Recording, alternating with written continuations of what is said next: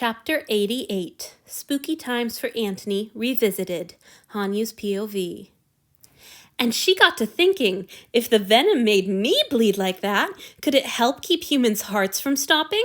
So we talked to Theo and Antony, and they kept the ship circling around the reef for a few days so we could get samples from more of the snails. Though Hanyu was fascinated by Thad's story, he kept getting distracted by Asao.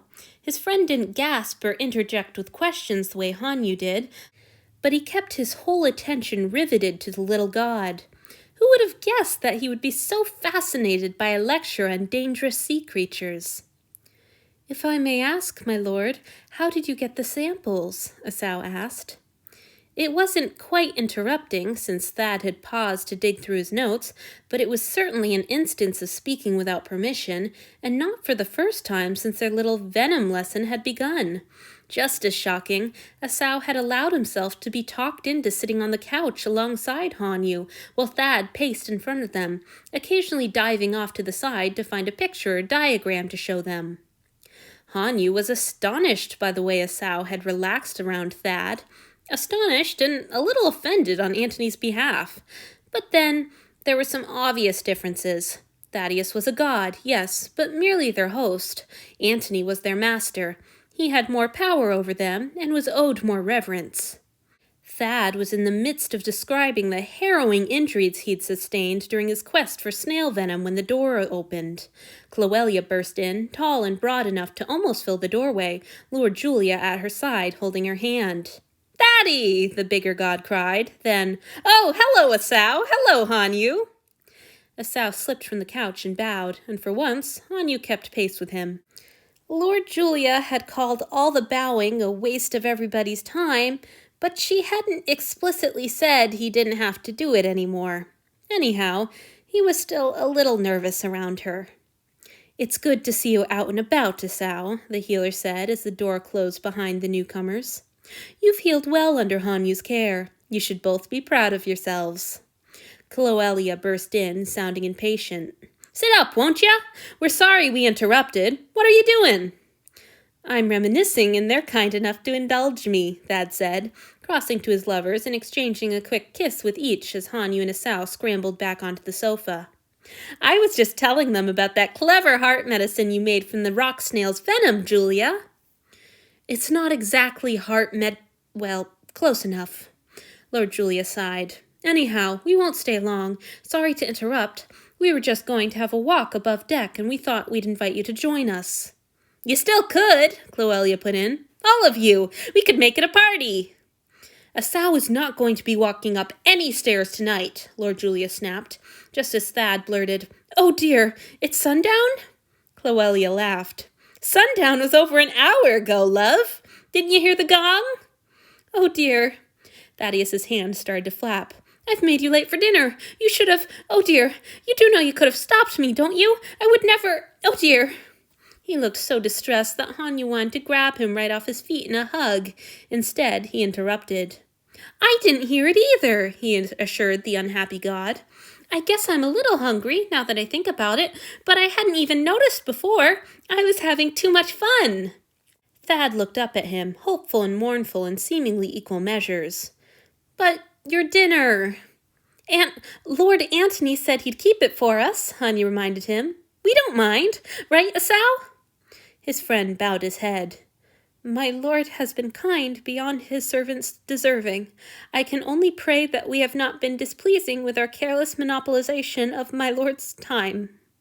His voice was hesitant, breaking a little at the end, and he had knotted his fingers together in his lap in a way that almost, but not quite, hid their shaking.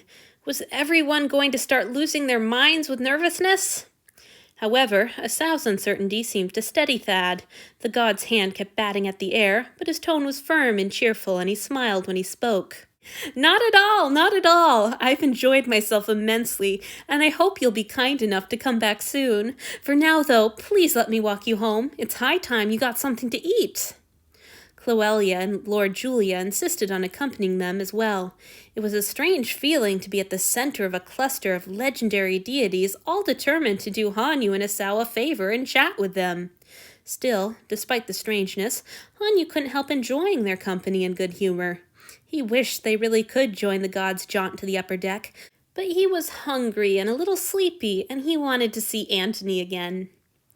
Once the formalities were out of the way, maybe the god would want him to read aloud before they all went to bed. They would all be going to bed now, surely. Both Antony and Esau were healed enough that the crowding wouldn't be dangerous. When they knocked on the door, however, there was no answer. They knocked again and went on waiting until Lord Julius sighed and pushed the door open. The rooms were empty. The door to the bedroom was open, showing at once that Antony wasn't inside. The only signs that he had been there were 2 trays set carefully on the table with cloths pulled over them. The aching sense of absence made Hanyu feel a little nervous, a little sick. Irrational fears crowded his brain. He moved out. He doesn't want us anymore. He was never real, and I dreamed the last few months. And he reached for Esau's hand, barely managing to stop himself before he actually grabbed his friend's fingers. Esau was hardly likely to welcome such a display in front of all these gods.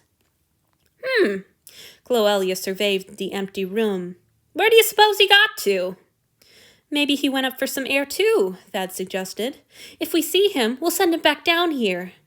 Esau made a small, strangled sound. Please, my lord, your kindness is appreciated, but unnecessary. Our master does not owe us an accounting of his movements. Sighing, Thad nodded. All right, then.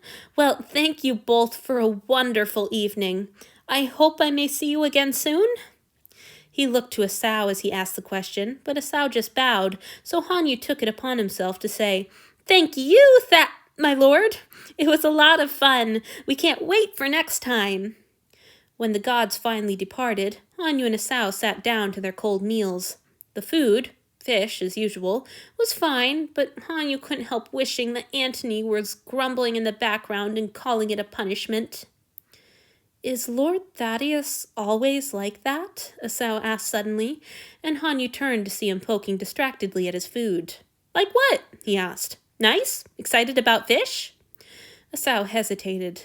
Yes, all that. And also, I don't know, it seemed like nothing made him angry. That wasn't what I expected. He sounded furious the other night on the deck. They hadn't really talked about what happened that night. In fact, they hadn't talked about anything that had to do with Marcus. Hanyu didn't suppose this was the night they would start, both of them stuck in the uneasy limbo of their lord's absence. That's the only time I've seen him angry, Hanyu said at last. I haven't known him long, of course, but he's always been the way he was tonight. I like him, don't you? That's insolent, Esau snapped, and Hanyu wilted miserably under his displeasure until he sighed and said, But yes, I do. The rest of the evening was equally uncomfortable. No matter how long Hanyu knelt with Esau to await the god's return, or how careful he was to refer to Antony only as Lord Antony or our master, Esau never quite relaxed. He used to have so many ways to make Esau happy. Perhaps the old jokes and memories would have worked, but if he tried to bring them up and Esau didn't respond, it was too awful to contemplate. These days, proper behavior was the only thing that worked, and even that was failing as they waited and waited for Antony to come back. Where was he? Finally, Hanyu reminded Esau that they had to sleep. It was a rule. They cleaned their faces and teeth, changed into nightshirts, and crawled into bed, but Hanyu lay awake for hours waiting for the door to open. It never did. Since that first week, Antony had barely left Hanyu's side. He had always been here in these rooms, painting or talking or showing Hanyu the animals in his books. Now his absence felt like a wound, raw and wrong, and Hanyu had to flip his pillow over when the side he rested on grew too wet with his miserable silent tears. How did everything go so wrong? I want him in bed with me. I want him here. I just want him. Hanyu must have dropped off to sleep at some point, because he woke up to the feeling of a small, icy hand shaking his shoulder. He came awake in a rush of fuzzy joy, immediately curling himself around the hand as best he could, unable to muster any thought beyond, Antony's back! Hanyu? The god whispered. Once his bleary eyes focused, Hanyu saw that Antony was bent over him, his pale eyes wide and fixed on the hand that Hanyu was cuddling. He opened his mouth to speak again, but just then Asau's breathing stuttered, sharpened into a gasp. "My lord!" The sheets rustled and the mattress dipped as Asau, presumably, slipped out of bed to make his bow. Right, shit. Asau had seen Hanyu hugging their master's hand like it was a child's stuffed toy. What must he be thinking? Hanyu slid off the mattress and knelt at Antony's feet. "Yes, my lord? How can I serve you?" Hanyu smiled to himself, proud that he'd managed to string words together coherently so soon after waking. Antony straightened and took a step back. "It's time to go above deck for your exercises," he growled. "I didn't mean to wake you, Asau. I'm sorry you can't go up yet, but I don't think either of us wants to get on Julia's bad side." "No, my lord," Asau agreed fervently. Hanyu, for his part, was feeling less agreeable. Why did he have to be the only one to leave? Couldn't he wait until Asau could come too?